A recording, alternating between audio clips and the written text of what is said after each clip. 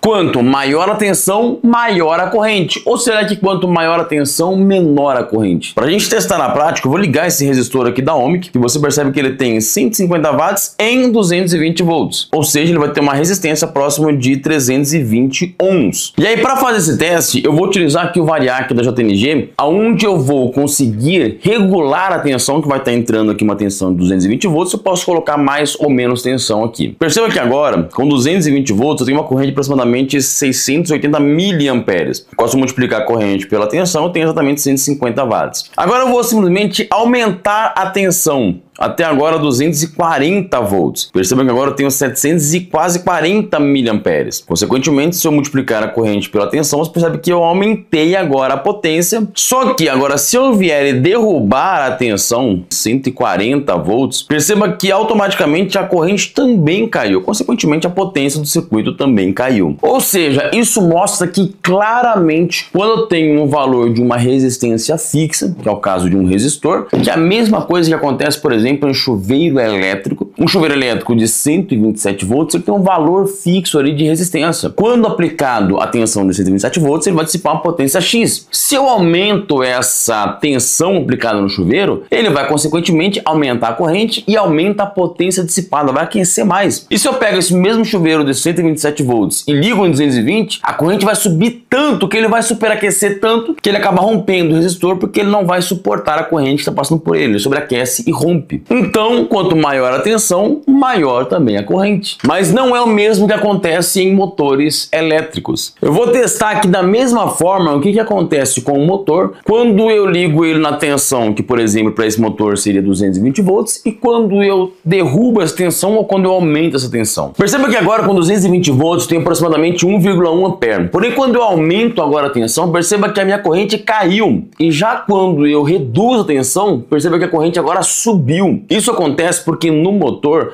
ao contrário do resistor que mantém a resistência fixa, o motor mantém a potência fixa. Que por sinal, com o motor rodando em vazio, isso não aconteceria. Por isso que eu apliquei aqui uma pequena força aqui no esmeril durante o teste para a gente poder conseguir realmente ter um controle ali, mais ou menos da potência. E aí em motores elétricos, sim, quando eu aumento a tensão, a corrente pode cair, ou quando eu abaixo a tensão, a corrente pode até subir, porque ele precisa manter a potência. Isso não vai acontecer porque ele tem nenhum controle interno, um inversor de frequência, alguma coisa assim. Simplesmente por uma coisa chamada força contra-eletromotriz, que é a força que o eixo faz contrário ali à corrente elétrica, regulando a corrente interna dele. E aí, agora você entendeu definitivamente a relação entre tensão e corrente? Então não esquece de comentar aqui e seguir a gente para mais.